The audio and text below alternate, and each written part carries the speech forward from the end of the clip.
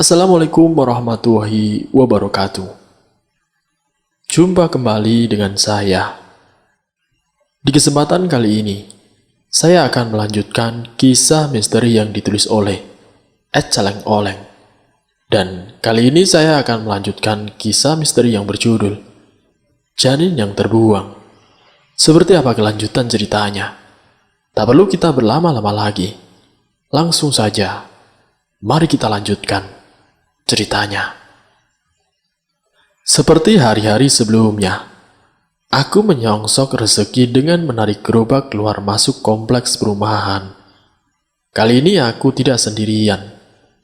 Joker ataupun tuyul itu kini bersamaku, dan ia naik ke atas gerobak. Anak itu nampak gembira, seakan tengah menemukan dunia anak-anak yang baru ia rasakan. Berjoget dan bernyanyi-nyanyi kecil di atas gerobak, yang tentu saja membuatku tersenyum. Belum sampai 2 jam, gerobak sudah hampir penuh, dengan rongsok yang kebanyakan kardus atau kertas bekas kantor, dan hanya beberapa barang lainnya, seperti speaker ataupun kompor bekas. Aku berjanji dalam hati, nanti sore atau sepulang kerja, aku akan membelikan pakaian untuk Joker. Kasihan sejak kemarin di kebun belum ganti baju. Badannya sudah pasti gatal-gatal. Tapi kelihatannya dia tidur dengan tenang, tanpa menggaruk. Padahal dia juga belum terlihat mandi. Namun baru beberapa menit kemudian, "Bang, rongsok bang." Seorang wanita yang mungkin pembantu rumah, kemudian memanggilku. Ia mengajak aku untuk melihat dan memborong semua barang yang sudah ia kumpulkan di depan garasi. Benar-benar ini rezeki nomblok. Aku langsung menawar tanpa menimbang lagi. Dan kemudian wanita yang masih muda itu langsung setuju. Ketika aku muat, ternyata aku harus menggunakan tali untuk mengikat, karena barang sudah melebihi kapasitas gerobakku. Dan setelah aku membayar sesuai dengan kesepakatan, aku pun meninggalkan kompleks tersebut dan langsung menuju ke tempat pengepul. Karena kebetulan hari masih pagi, dan aku bisa mencari rongsok lagi sampai sore nanti. Memang ternyata hari ini adalah hari keberuntungan buatku. Menjelang jam 2 siang gerobakku sudah penuh lagi, dan aku kembali ke pengepul untuk menjual semuanya, agar aku pulang dengan gerobak yang telah kosong. Tapi aku ingat janjiku pada diri sendiri untuk membelikan pakaian buat Joker. Maka sebelum pulang, aku mampir ke sebuah penjual pakaian di pinggir jalan. Aku membeli 2 kaos dan celana panjang, yang menurutku pas seukuran dengan Joker. Tidak lupa juga aku membeli ikan hidup untuk makan anak itu. Beruntunglah saat aku pulang, rumah dalam keadaan sepi. Setelah menaruh 2 ikan di dalam ember yang diisi oleh air, aku membawanya masuk ke kamar untuk menyuruh Joker menikmati ikan itu sampai habis. Tapi tetap saja, yang namanya anak-anak cara makannya juga tetap berantakan. Kepala dan duri tulang berserakan. Belum lagi cipratan air saat ia bermain dengan ikan-ikan sebelum menyantapnya. Dan dengan sabar meski gemes, aku membersihkan lantai dari kotoran dan bau amis itu. Aku takut kalau sampai ibu melihat, pasti aku kena semprot dengan pertanyaan yang aku sendiri bingung untuk menjawabnya. "Joker, sebaiknya kamu mandi, mumpung ibu tidak ada. Setelah itu pakai pakaian yang baru aku beli tadi." Dan tanpa mengucap babi ibu, Joker pun menuruti kata-kataku. Setelah ia mengganti pakaian, aku melihat anak itu semakin ganteng, bersih dan tidak kumel lagi. Dan ketika aku hendak membersihkan tempat tidurku, aku melihat ada beberapa lembar uang kertas di atas kasur.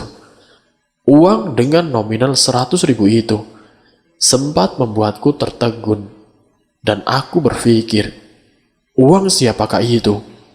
Kalau uangku, aku sudah simpan di dalam lemari pakaian. Tapi itu uang siapa? Itu uangmu, Om. Itu uang buat Om, kata Joker menjawab rasa bingungku. Dari kamu? Kok bisa? Tanyaku tidak percaya. Sebagai rasa terima kasihku, Om, karena aku telah diberikan semua ini. Ia menunjuk kaos dan celana barunya. Tapi uang dari mana kamu? Apa kamu mencuri, Joker? Melihat aku agak marah, karena aku ingat kalau dia menyebut dirinya tuyul. Dan pikiranku mengatakan, kalau tuyul itu suka mencuri uang. Joker nampak tertunduk, kemudian menggeleng. Om, aku merampas uang itu dari tuyul yang sedang beroperasi di pasar. Memang tuyul selalu mengambil uang orang, tapi aku tidak. Aku lebih suka merampas tuyul itu agar dia kena marah dan diusir majikan yang memeliharanya, dan dia bisa bebas seperti aku. Apakah menurut Om aku salah? Jawab Joker membela diri. Aku tidak tahu harus menjawab apa. Aku tidak tega melihat wajahnya yang baru saja ceria, kini kembali murung. Aku mendekap anak kecil itu dengan rasa sayang. Om, baru pertama kalinya aku merasa kehangatan di pelukan seseorang. Ternyata hatiku menjadi tentram dan penuh kedamaian. Terima kasih atas rasa kasih yang Om berikan padaku. Aku akan mengabdikan diriku kepada Om. Mengabdi? Apa maksud kamu, Joker? Aku akan menuruti semua perintah yang Om berikan padaku. Tidak, aku tidak mau kamu mengabdi padaku. Aku hanya menganggap kamu sebagai bagian dari keluarga. Itu saja, Joker. Joker memelukku dengan erat. Bahkan aku melihat dia meneteskan air matanya. Tapi beberapa hari kemudian, ibu menanyakan aku tentang apa yang ia dengar di kamarku. Aiman, sebaiknya kamu menjawab pertanyaan ibu dengan jujur. Sebab naluri seorang ibu selalu benar. Ibu mulai dengan kata-kata yang agak tegas. Soal apa, Bu? Aiman, ibu bukan hanya 1 atau 2 kali mendengar kamu berbicara sendiri di kamar kamu. Kamu seakan tengah bermain dan bermanja-manja sama anak kecil. Dan ibu yakin kalau kamu sebenarnya mempunyai teman di kamar kamu. Tapi aku tidak punya teman, Bu. Benar, aku hanya sendirian. Berarti kamu belum jujur, Aiman. Sebab ibu mencium bau anyir, seperti bau bangkai ikan. Dan ternyata ibu menemukan sisik-sisik ikan yang mungkin tertinggal saat kamu membersihkan kamar. Aku kebingungan. Jika aku jujur, pasti ibu akan sangat marah. Tapi jika aku berbohong, aku juga tidak bisa. Aku menghormati ibu sebagai orang yang paling berjasa di dunia ini. Iya, ibu benar. Aku membawa teman kecil di dalam kamarku, Bu. Jawabku kemudian. Nah kan, tapi ibu tidak pernah melihat dia. Di mana dia sekarang, Aiman? Tanya ibu dengan nada datar tidak seperti tadi. Dia ada di sini bersama kita, Bu. Jawabku. Apa? Ibu tidak melihat ada orang lain selain kita? Dengan perlahan dan hati-hati, aku mulai menceritakan tentang pertemuanku dengan Joker, yang kini bersama kami mendengarkan percakapan kami. Oh, begitu. Berarti dia memang sejenis tuyul. Tapi dia masih mempunyai naluri manusia karena janinnya belum sempat mati membusuk. Jelas ibuku. Jadi bagaimana menurut ibu? Jika ibu keberatan, mungkin aku akan mencari kontrakan agar kehadiran anak itu tidak mengganggu ketentraman bapak dan ibu. Jangan cepat ambil keputusan, Aiman. Biar nanti kita rembukan dulu sama bapakmu. Akhirnya obrolanku dengan ibu selesai dan menunggu keputusan dari bapak. Namun ternyata ayah mengerti dengan perasaanku yang ingin menganggap Joker sebagai keluarganya. Mungkin ayah berpendapat kalau aku merindukan kehadiran seorang adik yang tidak bisa ia miliki sampai sekarang. Dan aku tetap menjadi anak tunggal di rumah ini. Ya sudah, kalau itu sudah menjadi keputusan kamu untuk merawat anak itu dengan baik. Tapi bapak juga belum pernah melihat dia. Apa dia ada di kamar kamu? Tanya bapak kemudian. Dia ada di sini bersama kita, Pak. Jawabku dengan singkat. Di mana dia, Aiman? Bapak dan ibu mau melihat dia. Apa dia menyeramkan seperti kebanyakan cerita tuyul yang katanya berbadan pendek, hitam dan kepala gundul? Tanya bapak lagi dengan agak ragu-ragu. Zaman sudah berubah, Pak. Begitu juga dengan tuyul di zaman sekarang ini. Joker jauh dari apa yang bapak pikirkan. Kemudian aku meminta Joker untuk menampakkan diri di hadapan kami. Seketika itu asap tipis terlihat di sebelahku berdiri. Ibu menempelkan tubuhnya pada bapak. Dia kelihatan sangat ketakutan. Dan tidak lama kemudian, asap tipis semakin menebar.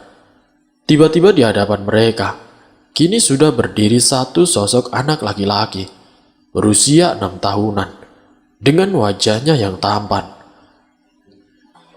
Kedua orang tuaku tampak takjub melihat sosok anak tersebut.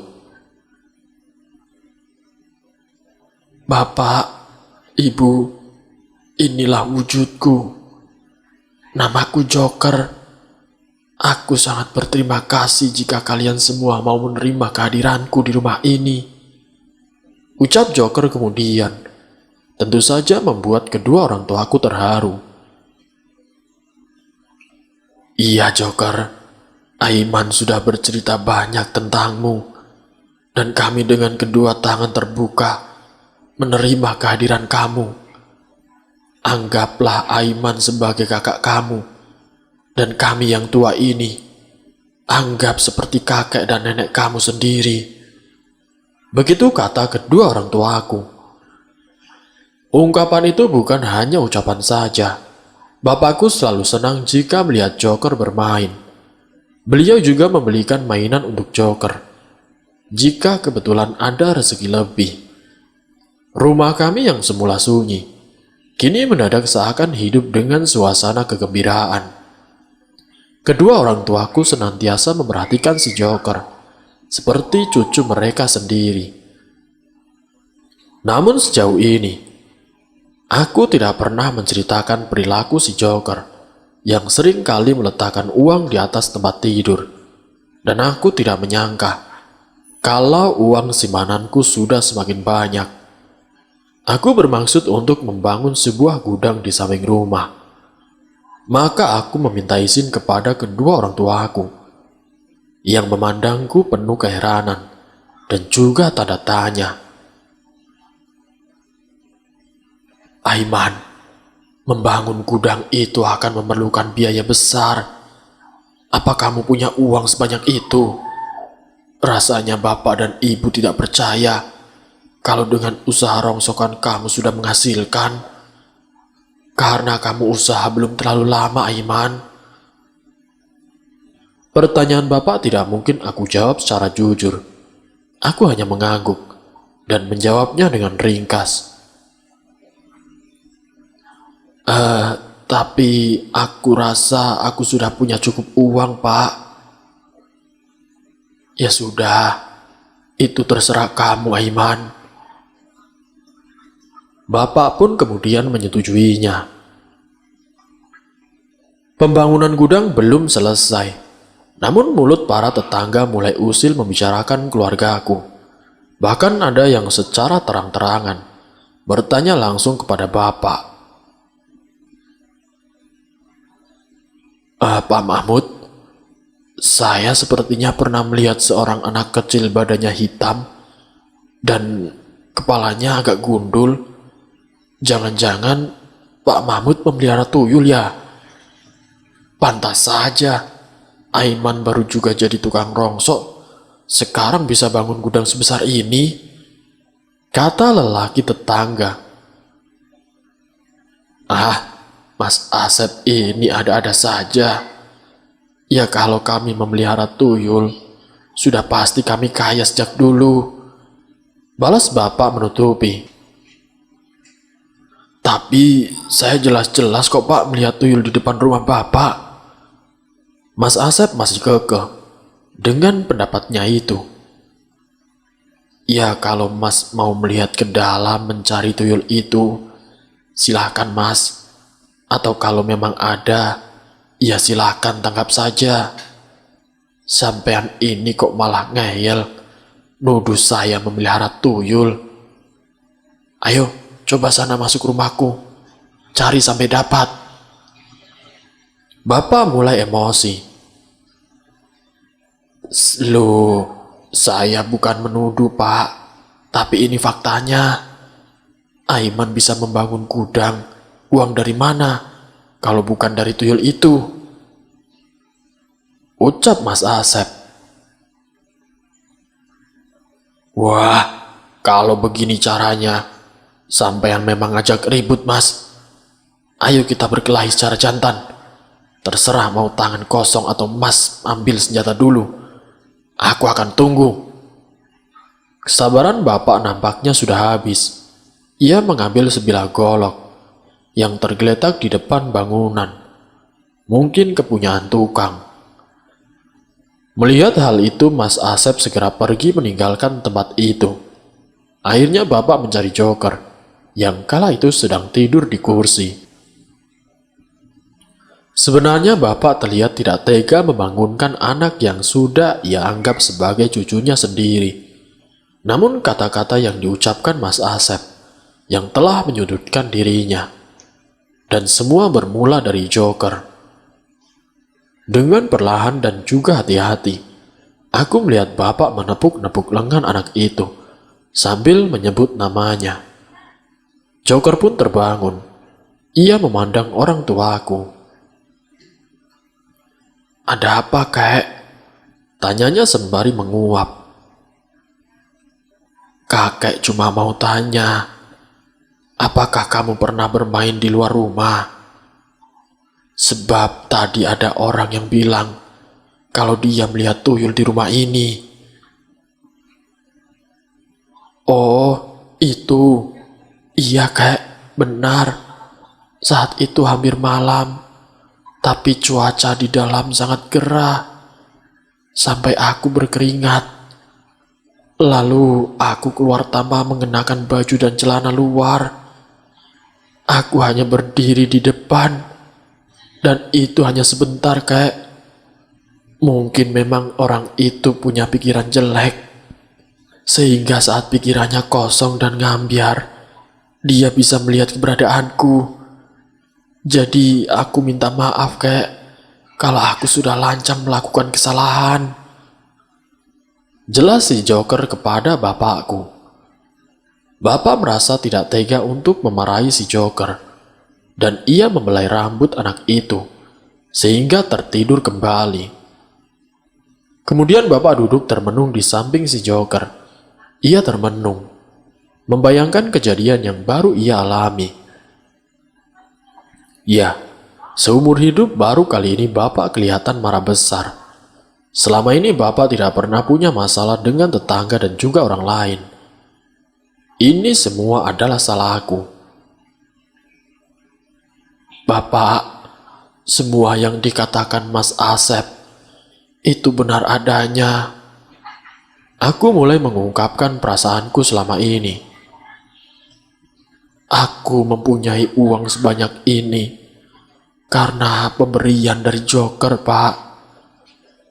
Semula aku menolak pemberian darinya karena aku tidak mau menerima uang hasil pencurian. Tapi Joker memaksa aku untuk menyimpan uang itu. Menurutnya ia tidak mencuri, tapi dia merampas hasil curian yang dilakukan oleh tuyul-tuyul lain yang dapat diperintah dari majikannya untuk mencari uang sebanyak mungkin. Aku menjelaskan secara rinci tentang dari mana uang itu berasal. Sebenarnya anak ini berniat baik, hanya saja caranya tetap salah. Ya sudah, mau bagaimana lagi? Semua sudah terjadi. Sekarang baru satu orang yang bermasalah dengan kita. Mungkin besok atau lusa pasti akan bertambah. Kita tidak bisa berbuat banyak dan hanya membela diri sebisa mungkin. Bapak berkata tentang kemungkinan yang akan terjadi. Bapak berkata benar tentang kemungkinan yang akan terjadi. Kini kedamaian keluargaku mulai terusik oleh sikap tetanggaku yang agak menjauhi kami.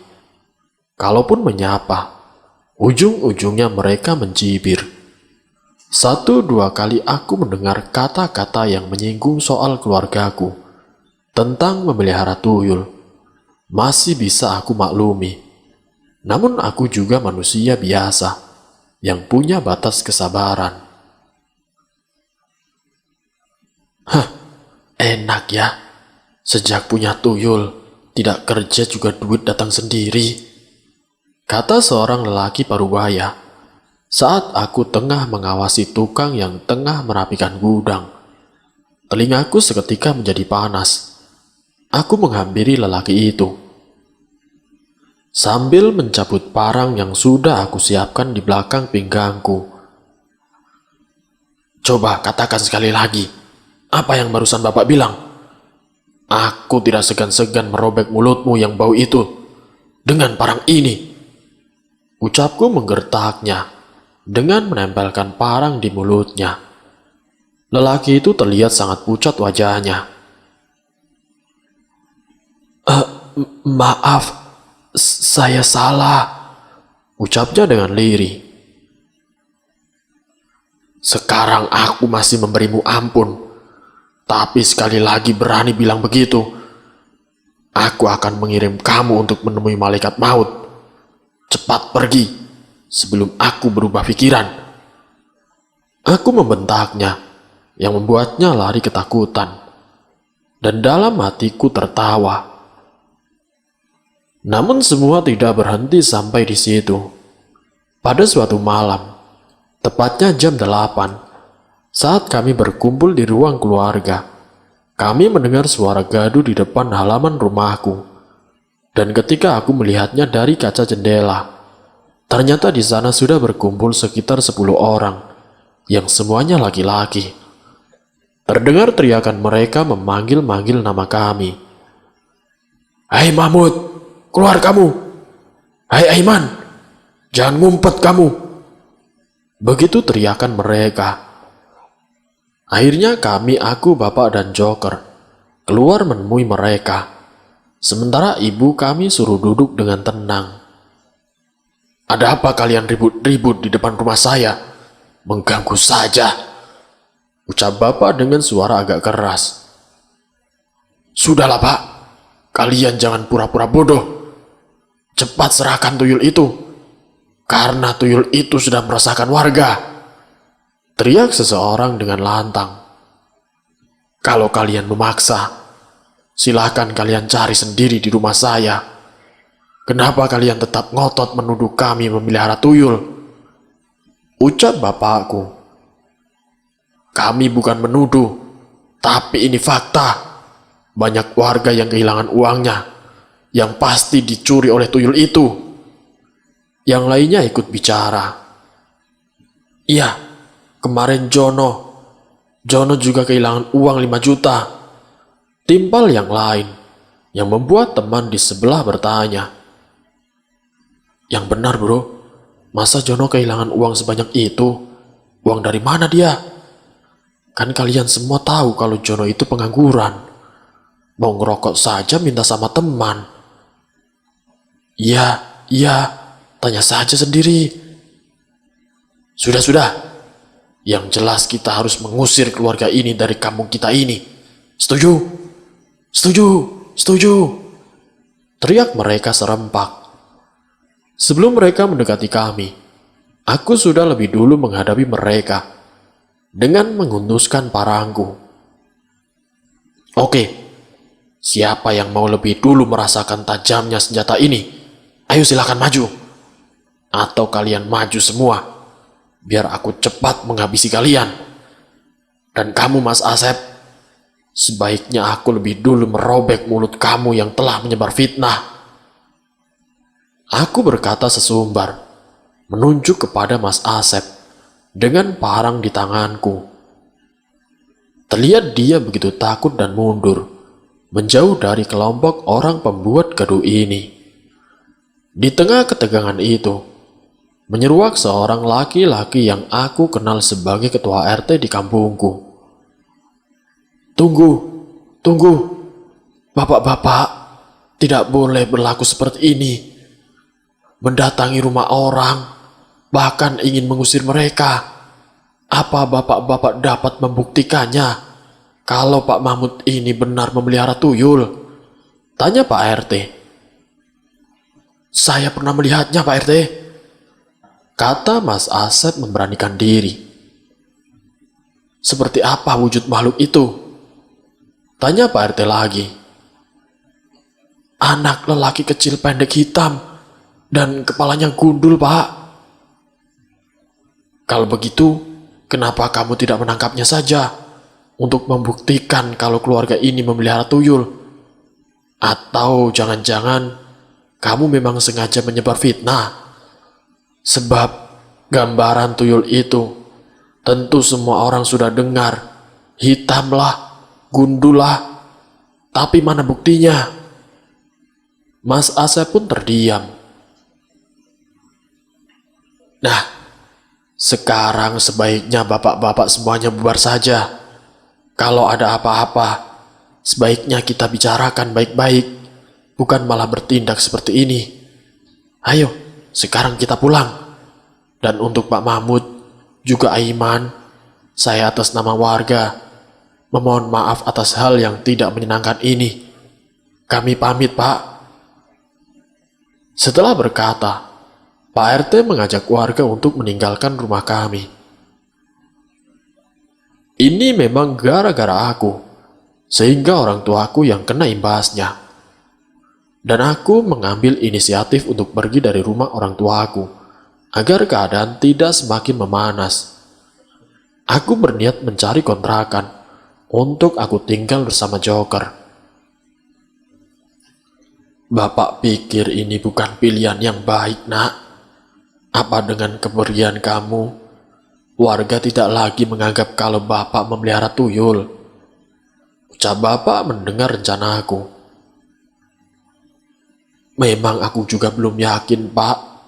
Tapi jika aku tetap di sini bersama Joker, bukan tidak mungkin suatu saat nanti ada orang lain yang melihat Joker.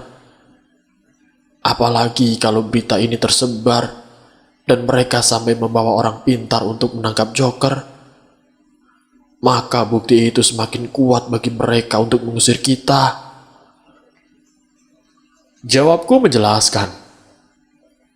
Mendengar alasanku itu, akhirnya kedua orang tuaku menyetujui usulku untuk mengontrak rumah yang agak jauh dari kampung ini. Dan aku mendapatkan sebuah rumah yang tidak terlalu besar, namun terlihat nyaman.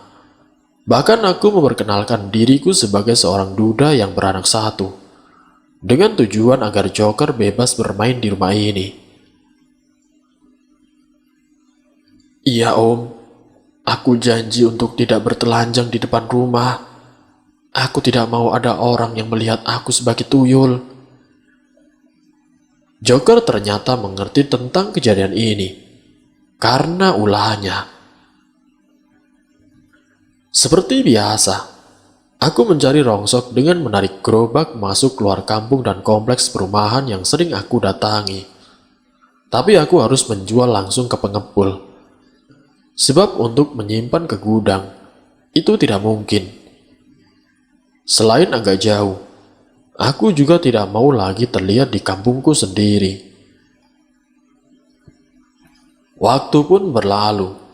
Beberapa bulan kemudian, usaha rongsokku sudah semakin berkembang dengan baik. Uang yang hampir habis untuk dana membangun gudang sekarang sudah mulai terkumpul kembali. Dan tentu saja ini ulah Joker yang selalu menaruh uang di atas tempat tidurku. Aku tidak dapat mencegahnya karena aku takut dia akan ngambek. Namun belakangan ini ada yang aneh dengan sikap anak itu. Dia pernah aku lihat memandangku dengan tidak seperti biasanya.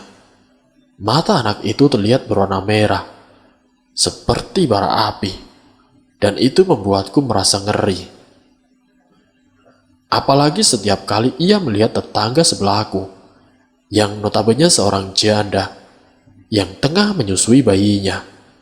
Mulut dan lidah anak itu acap kali mendesak, seakan tengah menikmati pemandangan itu.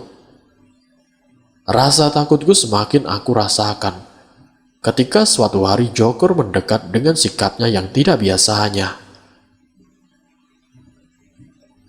Om, selama ini aku tidak pernah meminta apapun dari Om, selain ikan untuk aku makan, kata Joker kemudian. Memangnya kamu mau minta apa? Bilang saja, siapa tahu Om bisa menyanggupinya, jawabku.